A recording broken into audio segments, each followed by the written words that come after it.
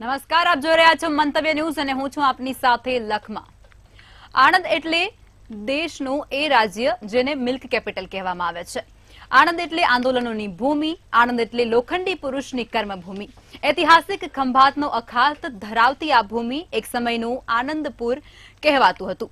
પરંતુ આ આજનું લોકસભા જે વિસ્તાર છે, મત વિસ્તાર, એ મધ્ય ગુજરાતના રાજકારણમાં રાજકીય પાવર હાઉસ જેવો ગણાય છે, જેમાં ખંભાત, બોરસદ, આંકલાવ, ઉમરેઠ, આણંદ, પેટલાદ, સુજિત્રા અને આ બધી જ વિધાનસભાઓ બેઠકોનો સમાવેશ થાય છે.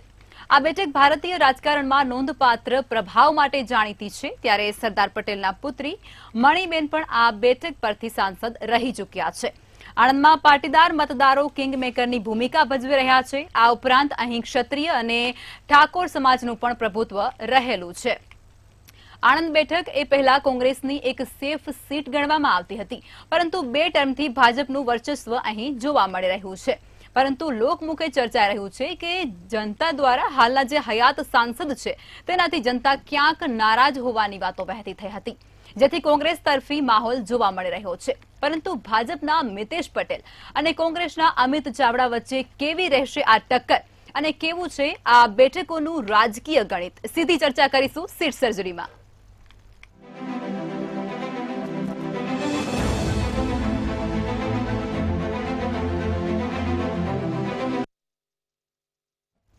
ચર્ચાની શરૂઆત કરીશું, જેમાં હિમાંશુભાઈ પંડ્યા વરિષ્ઠ પત્રકાર જોડાઈ ચૂક્યા છે, વિજયભાઈ આહિર જોડાયા છે જેઓ રાજકીય વિશ્લેષક છે, અને પ્રફુલભાઈ ત્રિવેદી જોડાયા છે, મંતવ્ય ન્યૂઝના એસોસિએટ એડિટર છે.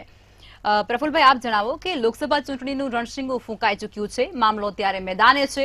ભાજપે મિતેશ પટેલને રિપીટ કર્યા છે. કોંગ્રેસે દિગ્ગજ નેતા ગણાતા એવા ધારાસભ્ય અમિત ચાવડાને ત્યાંથી ટિકિટ આપી દીધી છે. ત્યારે તમને લાગે છે કે આણંદની જનતા તેઓને સ્વીકારશે, અમિત ચાવડાને? લખમાં આ બેઠક છે બહુ જ મહત્વની છે. ચરોતરનું એક મહત્વનું શહેર છે આણંદ.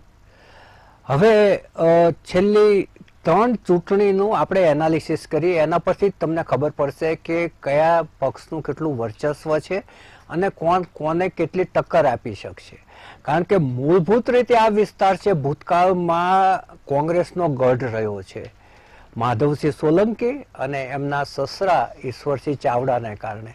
અને અત્યારે અમિતભાઈ ચાવડા જે ચૂંટણી લડી રહ્યા છે, ઈશ્વરસિંહના પૌત્ર છે, અને ભરતસિંહ જે ગયા વખતે હાર્યા હતા એમના પિતરાઈ છે.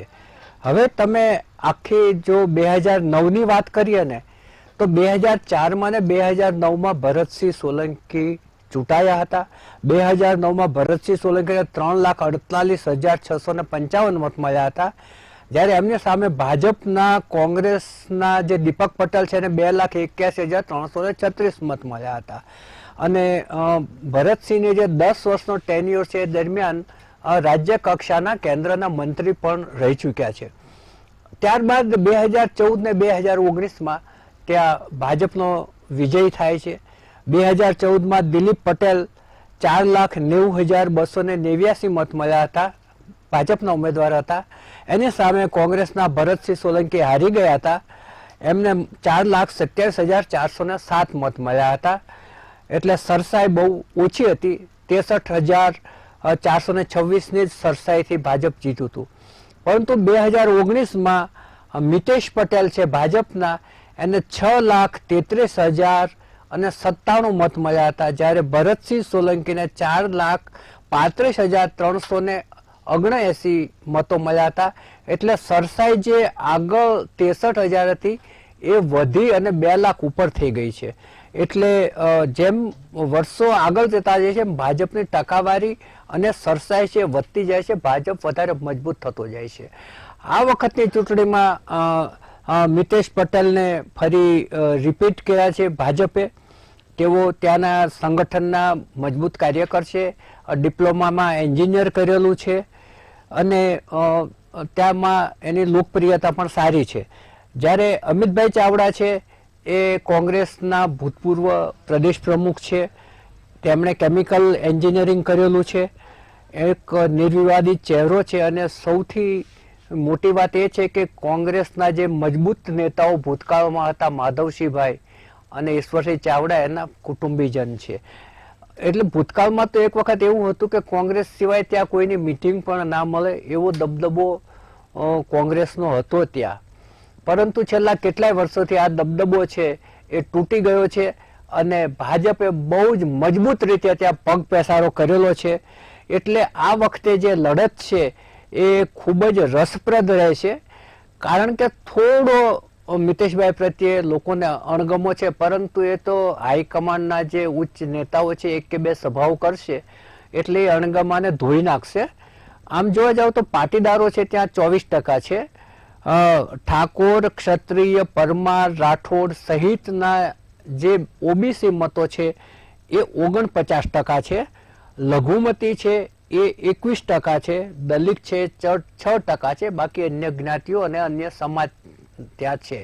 એટલે જે લડત છે એ રસપ્રદ એટલા માટે રહેવાની છે. આમ તો શહેરી વિસ્તાર વધારે આવે છે એટલે શહેરી વિસ્તાર હંમેશા ભાજપ તરફ ઢળેલો હોય છે, પરંતુ એની સાથે જે વિધાનસભાના મત વિસ્તાર છે એમાં ગ્રામ્ય વિસ્તાર પણ આવે છે, જેમાં કોંગ્રેસનું આજે પણ મૂળિયા ઊંડા છે.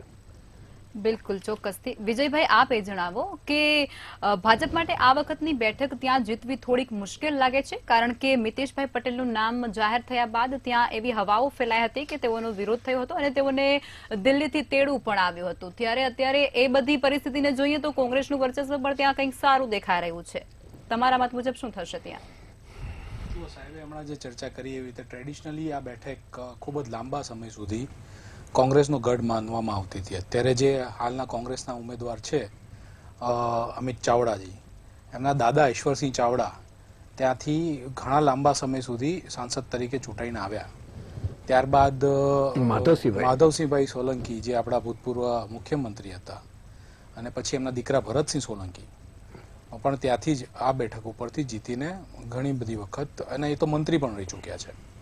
બટ જે છેલ્લી બે ટર્મથી ત્યાં જે ભાજપ તરફી આખો ઝુકાવ રહ્યો છે અને નાની સરખીની મોટી લીડોથી જે ભાજપના ઉમેદવાર જીત્યા છે, સાહેબે કીધું એવી રીતે, એટલે હવે દેખાઈ આવે છે કે ભાઈ જે ટ્રેડિશનલ કોંગ્રેસનો ગઢ હતો અત્યારે હાલ એમની પહોંચથી ઘણો દૂર થઈ ચૂક્યો છે. રહી વાત મિતેશભાઈ પટેલ ના કેન્ડિડેચરના વિરોધની, તો જે વડોદરામાં રંજનબેન ભટ્ટ વિરુદ્ધ જે હવા ઉપડી હતી અને પછી એમનું કેન્ડિડેચર ચેન્જ કરવું પડ્યું ભાજપે, એવી જ કંઈક વાત મિતેશભાઈ જે બકાભાઈના હુલામણા નામે ઓળખાય છે એમના વિરુદ્ધ પણ ચાલી હતી. પણ મિતેશભાઈએ ટીવી અને અન્ય મીડિયા સમક્ષ આવીને ચોખવટ કરી કે ભાઈ ઓલ ઇઝ વેલ અને એ આ ચૂંટણી લડવાના છે. ચોક્કસથી હાલ જે અત્યારે પ્રવર્તમાન સ્થિતિ જોઈએ તો ઘણી બધી બેઠકો ઉપરથી કંઈક ને કંઈક ભાજપના જ અમુક અસંતોષ લોબી હોય એ ઉભેલા ઉમેદવારોનો વિરોધ દર્જ કરી રહી છે. એમાં બહુ બધી બેઠકો છે. અમરેલી બેઠક ઉપર હમણાં કંઈક થયું હતું, ભૂપેન્દ્રસિંહ ચુડાસમા ત્યાં જ ફાયર ફાઇટિંગ મારામારી થઈ ગઈકાલે. હા, મારામારી થઈ અને ભાજપના જ બે જૂથ વચ્ચે. હા, એટલે ત્યાં જઈને મોવડી મંડળ ત્યાં જઈને બંનેને શાંત કરીને આવ્યું. એવું પણ કહેવામાં સાબરકાંઠામાંથી જે ઉમેદવારને હટાવી દેવામાં આવ્યા એમના જ હવે જે સપોર્ટ ગ્રુપના લોકો હાલ જે નવા ઉમેદવારને ટિકિટ આપવામાં આવી છે એનો વિરોધ કરી રહ્યા છે.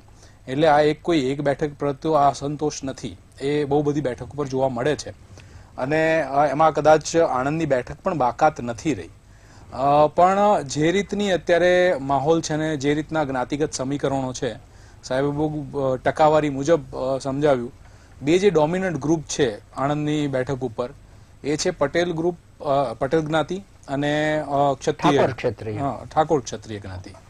અને એમાં પ્રભુત્વ જો સંખ્યાની દ્રષ્ટિએ જોવા જાઓ તો પાટીદાર મતો થોડાક વધારે છે. અને જે 7 વિધાનસભાઓ જે આવે છે આ લોકસભાની અંદર, એમાં લગભગ 5 વિધાનસભા ભાજપને હસ્તગત છે. ખાલી આંકલાવ અને ખંભાતમાં કોંગ્રેસના ધારાસભ્યો છે. એટલે તમે જોવા જાઓ તો પ્રભુત્વ પણ ઝુકાવ એક તરફે ભાજપ તરફી છે.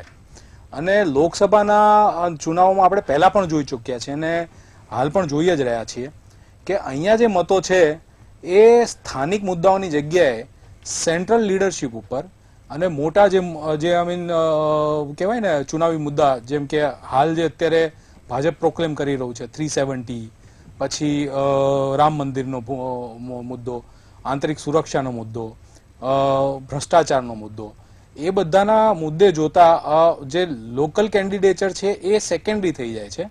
એટલે મિતેશભાઈ પટેલ અત્યારે જે જૂથવાદ આંતરિક થઈ રહ્યો છે એના લીધે કદાચ એમને લીડમાં માર પડે, પણ આઈ ડાઉટ કે અમિત ચાવડા કોઈ એવું આઈ મીન શું કહેવાય મોટો ધરખમ ફેરફાર કરીને કોંગ્રેસને આ બેઠક અપાવી શકે. એ ચાન્સીસ બહુ સ્લીમ દેખાય છે. જી બિલકુલ, ચોક્કસથી. હિમાંશુભાઈ, આપ જણાવો કે ભાજપ પાસે આણંદમાં કરેલા વિકાસના કામો છે મત માંગવા માટે, લોકોને આકર્ષવા માટે, અને કોંગ્રેસ પાસે આણંદના જે આ વાસ્તવિક અને વરણી પરિસ્થિતિ છે તેને સુધારવા માટેની એક તક જો લોકો આપશે તો તમને લાગે છે લોકો એમને તક આપશે કે પછી પુનરાવર્તન કરશે?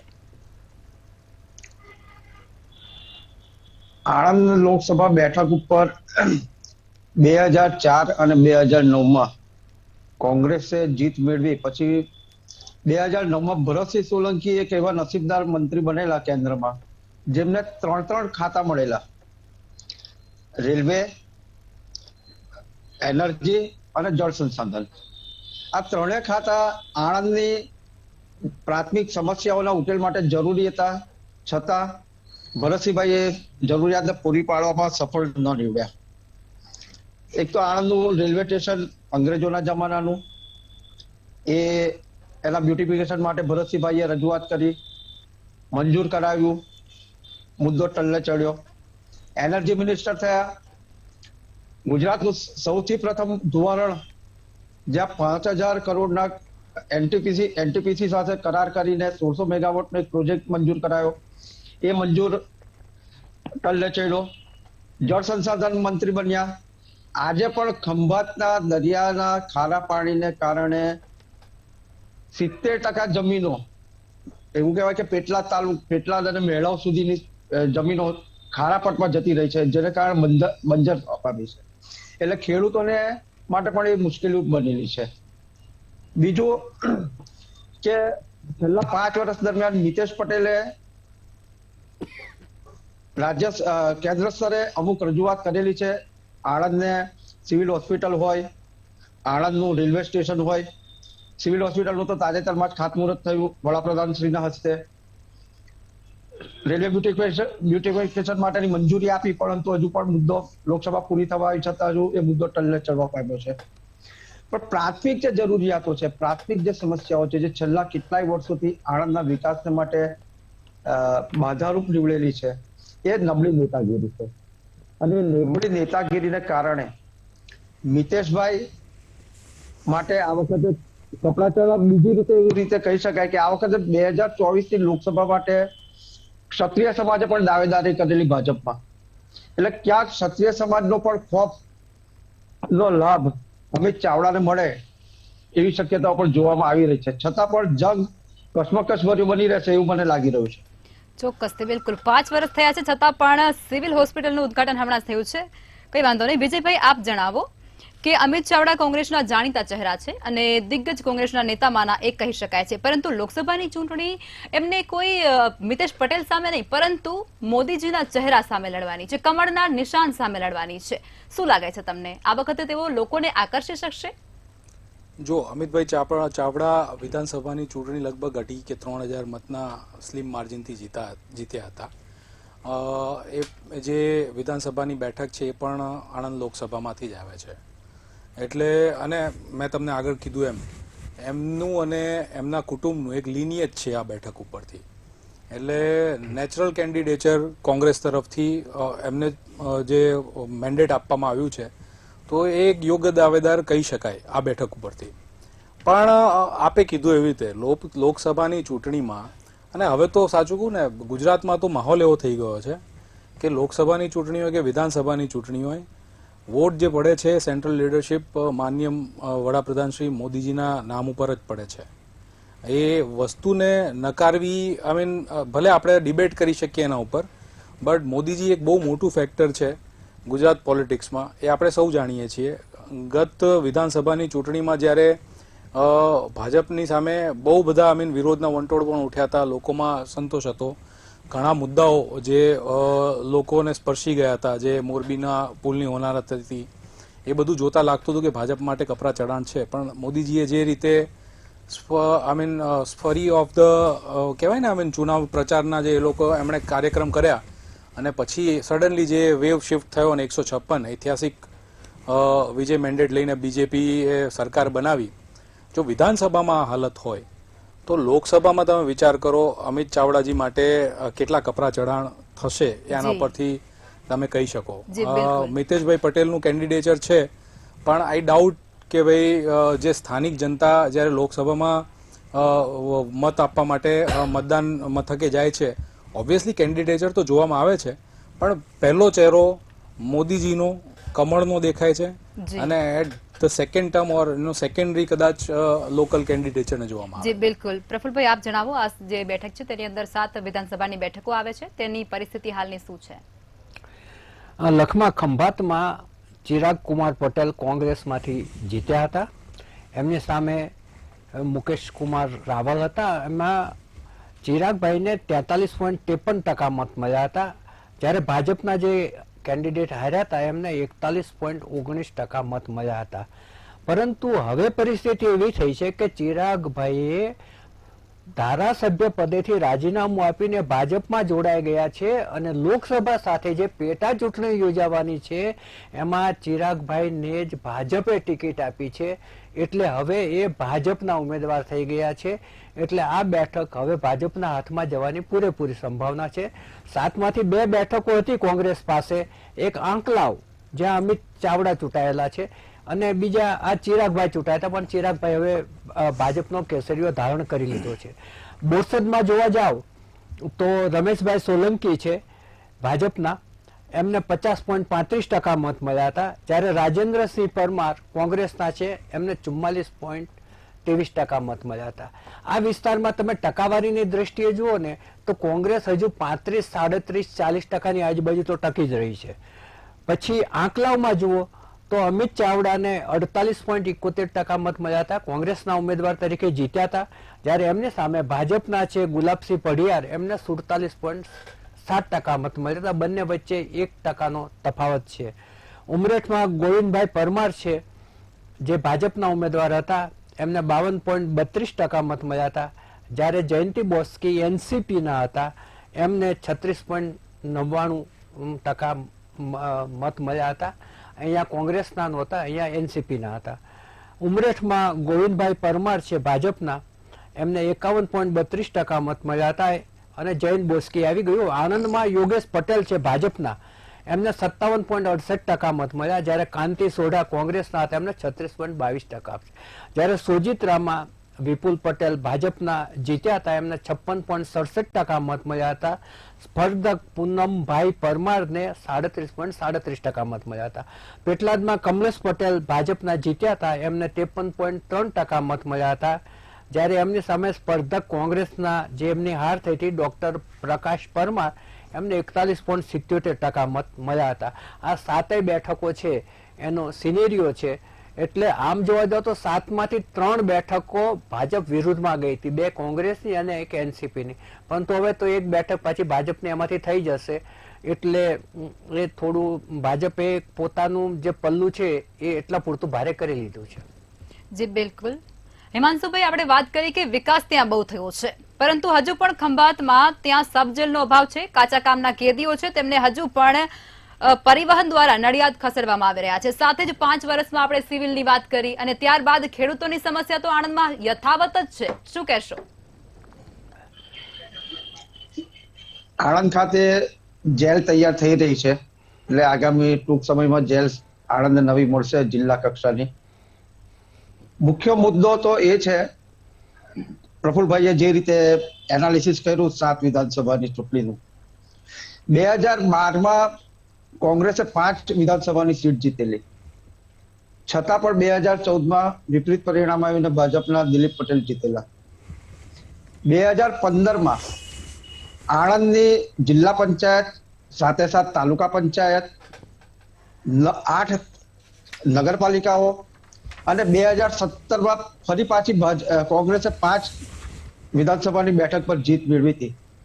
આ બધાના સમીકરણોને પણ જુઓ તો પણ 2019માં વિપરીત પરિણામ આવ્યું અને ભાજપના મિતેશ પટેલ ચૂંટાયા હતા.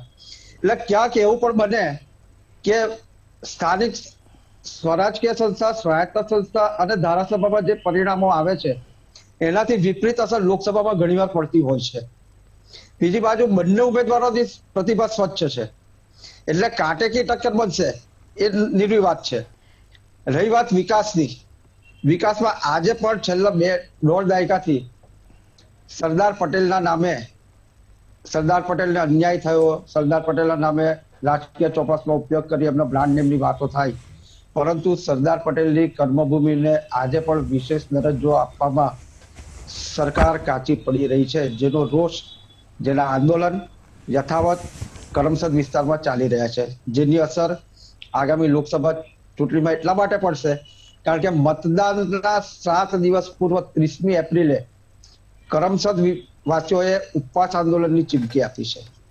એટલે એની એક રિવર્સ ઇફેક્ટ ભાજપને સહન કરવી પડે એવી શક્યતાઓ પણ જોવામાં આવી રહી છે. જી બિલકુલ હિમાંશુભાઈ, આ સવાલ એટલા માટે હતો કારણ કે 5 વર્ષમાં કામ ફક્ત ચૂંટણી ટાણે થતા હોય છે, એટલા માટે આ સવાલ હતો. વિજયભાઈ, આપ જણાવો કે છેલ્લા ઘણા સમયથી આ બેઠક કોંગ્રેસની સેફ સીટ ગણાતી હતી પૂરો જે સમય હતો એમાં, પરંતુ 2014 બાદ એવા સમીકરણો બદલાયા છે ત્યાં, અને ભાજપે પોતાનું વર્ચસ્વ ત્યાં પણ સ્થાપી દીધું છે. તો એવા કયા પરિબળો જે અને સમીકરણો એવા કયા બદલાઈ ચૂક્યા છે જેને લઈ અને ભાજપે ત્યાં પોતાનું વર્ચસ્વ જમાવ્યું અને કોંગ્રેસને પાછું પડવું પડ્યું, અને હવે કોંગ્રેસ દ્વારા એવા કયા પગલા ભરવામાં આવશે કે તે પોતાનું વર્ચસ્વ ત્યાં પાછું જમાડી શકશે? જો કોઈ પણ સીટ ઉપર કોઈ એક પક્ષનું પ્રભુત્વ ખૂબ જ લાંબા સમય પછી ડેવલપ થતું હોય છે અને એમાં બહુ બધા પરિબળો કામ કરતા હોય છે. એમાં જો મોટા મોટા પરિબળો આપણે કહીએ તો એક સેન્ટ્રલ લીડરશિપ, જે પક્ષ હોય એની એટેન્ટિવનેસ, જે ત્યાંની જે લોકસભાની જે મતદારો હોય એ પર એમની શું માંગણી છે, ત્યાંના જ્ઞાતિગત શું સમીકરણો છે એ સમજ કેળવવી અને એ સમજ ઉપરથી ડિસિઝન એવા લેવા કે ભાઈ તમે ત્યાં પોતાની એક વોટ બેંકનું નિર્માણ કરી શકો. અને એ જ્યારે તમે કન્ટિન્યુઅસલી તમારી બૂથ લેવલની ટીમ એ કાર્યમાં રત રહેતી હોય તો લોંગર પીરિયડ ઓફ ટાઈમ તમે તમારું એ બેઠક ઉપરનું પ્રભુત્વ નિર્માણ કરી શકો છો. ભાજપ જે છે તમે જુઓ જે રીતે વર્કઆઉટ કરી રહ્યું છે એની જોડે એક જ સીટ ઉપર ઉમેદવારી મૂકી શકે એવા બહુ બધા કેન્ડિડેટ છે. સાહેબે હમણાં કીધું ખંભાતમાંથી ચિરાગ પટેલ, એ કોંગ્રેસના છે, પણ ચિરાગ પટેલ મૂળભૂત એબીવીપીના નેતા હતા અને જ્યારે ત્યારે ટિકિટની વહેંચણી થઈ હતી ત્યારે એમણે પણ એમનું કેન્ડિડેચર મૂક્યું હતું. ભાજપે તેમને અવગણ્યા હતા. ત્યારે એ કોંગ્રેસમાં ગયા, ત્યાંથી જીતીને આવ્યા અને હાલ પાછા કહેવાય કે ઘર વાપસી કરી રહ્યા છે, ભાજપમાં હવે આવી ગયા છે અને પેટા ચૂંટણીમાં એમનું કેન્ડિડેચર આવશે અને એ જીતી પણ જશે કદાચ. એટલે કહેવાનો ભાવાર્થ એમનું એક્ઝામ્પલ એટલા માટે આપ્યું કે ભાજપ જોડે જે કહેવાય ને કે સેકન્ડ રંગ ઓફ જે લીડર્સ હોય આવી બેઠક ઉપર એવા બહુ બધા લોકો છે જે હાલના તબક્કે કોંગ્રેસ જોડે નથી. ટ્રેડિશનલી તમે જોવા જાઓ તો જે જૂના ને જાણીતા અને જે પોલિટિકલ ફેમિલીના લિનિયેજમાં આવતા હોય એવા જ લોકોને આ લોકસભાની ચૂંટણી ઉપરથી કોંગ્રેસે વારે વારે અજમાવ્યા છે અને એ વસ્તુ લોકો પણ ક્યાંક ને ક્યાંક ધ્યાને લેતા હોય છે અને એના લીધે નવી લીડરશિપ જલ્દી ડેવલપ થતી નથી, લોકો ડિસ્કરેજ થાય છે અને તમારી કાર્યકર્તાઓની ટીમ પણ એટલા ઉત્સાહથી કામ નથી કરતી. તો આ બધા પરિબળોને કારણે દેખાઈ આવે છે કેમ ભાજપ એકદમથી ઉભરું આવ્યું અને કોંગ્રેસ એમની ટ્રેડિશનલ ગઢ જેવી જે સીટ કહેવાય એ કેમ અત્યારે હવાથી મારી રહ્યું છે પાછું જીતવા માટે. બિલકુલ ચોક્કસથી. પ્રફુલભાઈ, આપ જણાવો કે ખંભાતમાં ચિરાગ પટેલે કોંગ્રેસમાંથી રાજીનામું ધરી દીધું અને ત્યારબાદ તેઓ ભાજપમાં જોડાયા છે અને ભાજપે જે વચન તેઓને આપ્યા હતા તે પણ તેઓએ નિભાવ્યા છે. ત્યારે હવે તમને લાગે છે કે ભાજપમાં જોડાવાથી ચિરાગ પટેલને ફાયદો થશે ચૂંટણીમાં? ચોક્કસપણે. સત્તાધારી પક્ષ સાથે રહેવું અને વિરોધ પક્ષમાં રહેવું બંને ડિફરન્ટ છે. એટલા માટે જ કોંગ્રેસ માત્ર 17 ધારાસભ્યો ચૂંટાયા હતા, એમાંથી 13 રહ્યા છે. બધા જ તમામને શા માટે રાજકારણમાં આવે છે વ્યક્તિ? રાજકારણમાં એટલા જ માટે આવે છે કે એને સત્તા અને સત્તાની આંગળીએ આવતી સંપત્તિમાં, બધા એવા નહીં હોય પરંતુ એમાં રસ હોય જ છે અને એટલા માટે તો એ લોકો અને સેવા શબ્દ માટે કોઈ આવે છે એવું હવે માનવાને કારણ નથી. હવે આખો યુગ પલટાઈ ગયો છે, બધા સ્વકેન્દ્રી થતા જાય છે, એટલે એને ચિરાગભાઈને ચોક્કસપણે ફાયદો થવાનો, કારણ કે સત્તાધારી પક્ષ સાથે હશે, એમના કામો ઝડપથી થશે. અને વિજયભાઈએ કહ્યું રીતે એમનું ઓરિજિનલ કુલ એ જ હતું. અને આમ જોવા જાવ તો આણંદ છે ને એ બહુ જ ભારતના નકશા ઉપર એક મહત્વનું શહેર છે, કેમ કે લોખંડી પુરુષ સરદાર વલ્લભભાઈ પટેલની કર્મભૂમિ છે. એમના પુત્રી મણિબેન પટેલ અહીંના સાંસદ રહી ચૂક્યા છે. એશિયાની સૌથી મોટી ડેરી અહીંયા આવેલી છે. અને આ ડેરીનો જે સમારોહ હતો મોદી સ્ટેડિયમમાં, ત્યારે વડાપ્રધાન શ્રી આવ્યા હતા અને ત્યાં આખા રાજ્યનું જે કોઓપરેટિવ માળખું છે, સહકારી માળખું, એના આગેવાનોનું બહુ જ મોટું સંમેલન ત્યાં યોજાયું હતું. એટલે આ બધી તમે વસ્તુ જુઓ તો તમને ખ્યાલ આવશે કે આણંદ છે અને એકદમ સુખી સંપન્ન પાટીદારોનો વિસ્તાર છે. મોટા ભાગના વિદેશમાં છે. સુખી ને સંપન્ન કઈ રીતે આપણે કહી શકીએ? કારણ કે અહીંયા તો દરિયાકાંઠો હોવાથી જે ખેતીલક્ષી પ્રશ્નો અનેક ઉભા થતા હોય છે, પછી દરિયાઈ વિસ્તારોમાં રહેતા લોકો માટે અનેક પ્રશ્નો હોય છે. અરે લખમાં આખી ત્યાંની ભૌગોલિક પરિસ્થિતિ જો, એક તો ત્યાં પાણીની કોઈ તંગી નથી. જે વિસ્તારમાં પાણીની તંગી ના હોય ત્યાં ખેતી સમૃદ્ધ હોય, અને ત્યાં તમાકુનો પાક થાય છે, રોકડિયા પાક થાય છે. ત્યાંના જમીનના ભાવ છે આખા ગુજરાતમાં સૌથી ઊંચા છે. અને બીજું ત્યાં દરેક ગામની અંદર 10% જેટલા લોકો તો વિદેશમાં વસે છે. NRI માં સૌથી વધારે જો ત્યાં હોય તો એ આ પંથકમાં છે. અને વિદ્યાનગર જે નવું વસાવવામાં આવ્યું એ આખું વિદ્યાધામ બની ગયું છે. માત્ર એક વિદ્યા શિક્ષણ માટે થઈને આખું શહેર વસાવવામાં આવ્યું હોય, આને તો બહુ ઐતિહાસિક રીતે નોંધ લેવી પડે એવું છે.